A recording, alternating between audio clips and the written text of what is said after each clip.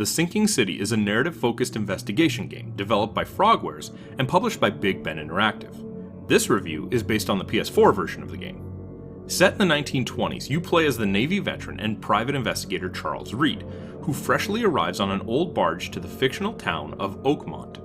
Mysteriously ravaged by a flood, water is not the only thing washed up on its shores. Some local residents are plagued with strange visions and terrible nightmares. Others are deteriorating into madness, and some simply vanish during the night. Reed has been a sufferer of visions himself, and all of his digging into their origin has brought him to the elusive, rotting hovel that is Oakmont. Lovecraftian mythos is a major inspiration for the events surrounding this game. Whether or not they were implemented in a way that made them a requirement, I remain doubtful. During my playthrough, I spent most of my time adventuring and putting together clues to get to the next investigation hotspot. Talking with locals to gather intelligence will give you an idea of where to go in Oakmont. A fairly large in-game map lays out street names and separates the town into districts.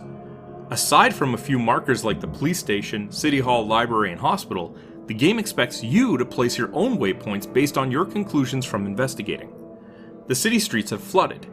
Getting around involves using boats found in rickety docks and wandering the streets whilst reading city signage and referencing the map.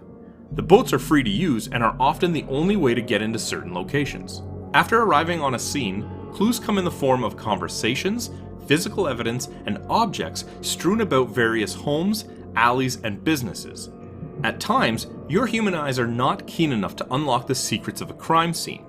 Hitting down on the D-pad will change your view to Mind's Eye mode, which allows Reed to see otherworldly objects called omens, and follow these otherwise invisible signs.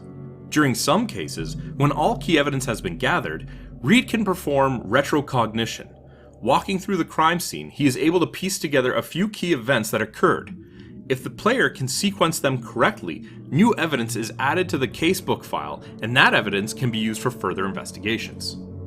Most clues point clearly to another character or place that can be easily found on the map. Other evidence is much more complicated, and Reed will need to visit a city archive to process the gathered information. For example, City Hall has an archive on general information about citizens and organizations. Police stations and hospitals will contain information on crime or specific injuries. Deciding which archive your casebook clues are best used in requires careful thought, as no hints are given to the player outside of the information in the casebook file. A casebook file must be active in the archive screen, and then choosing 3 criteria to search the database may reveal a new clue. Personally, this led to a few mistaken visits to the newspaper archive when I should have gone to City Hall, which was certainly wasted travel time.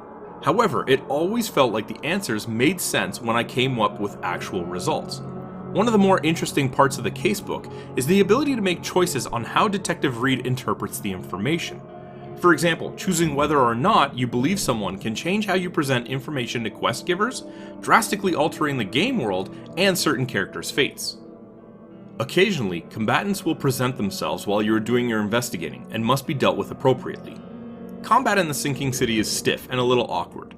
You begin the game with a pistol for range attacks and a spade attached to your rucksack that is used for your melee swipes. Bullets were said to be a limited resource, so I spent most of the game swinging my spade at anything that challenged my investigatory progress. This is where the movement controls rear their ugly head. Walking around examining evidence feels fine, but lining up a stride-stopping strike with the old shovel in the middle of being attacked was quite troublesome.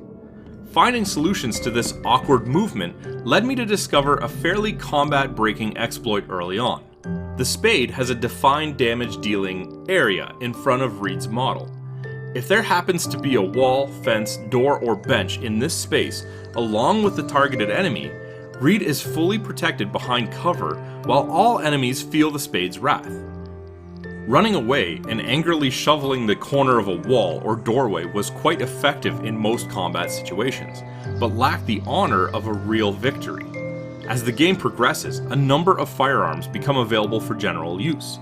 By that time, I had fully upgraded my ability to swing spades with premium efficiency and did not find any real need for the expanded arsenal. Occasionally, I would break out a shotgun or grenade to dispatch heavier foes, but this was only to prevent taking any potentially lethal damage, avoiding any unnecessary load times. The initial load on a save file can be around a minute. Quick travel around the city can cut that in half, with deaths feeling almost as long as initial loads. Another performance issue was not having frame syncing with video output, which caused screen tearing during the majority of gameplay. When traveling the city and moving with any haste, it was common to see dramatic pop-in of city components and textured details. Then again, most of these issues faded from view the more I played the game. I'm not sure if the madness had taken me, or if the quality of the crime scenes, conversations, and citizens of Oakmont had me particularly forgiving of minor gripes. The Sinking City, for all of its faults, is an enjoyable game. Solving cases, making choices, and piecing together the overarching mystery made for a great adventure. While the Lovecraftian themes determined the type of monsters you encountered, and easily defined the themes of madness, I didn't feel it ultimately was required for the game's setting to work. I think that's why I enjoyed my time with The Sinking City. The core gameplay loop was well designed and fun, regardless of the setting, or any technical difficulties. The Sinking City earns a 7 out of 10. Hey, did you like that video? If you did, be sure to let us know by clicking the like button and leaving a comment. If you want to be first in line for any new content, be sure to subscribe to our channel, and then hit up our Facebook page, the link's in the description below, to see what's coming up next.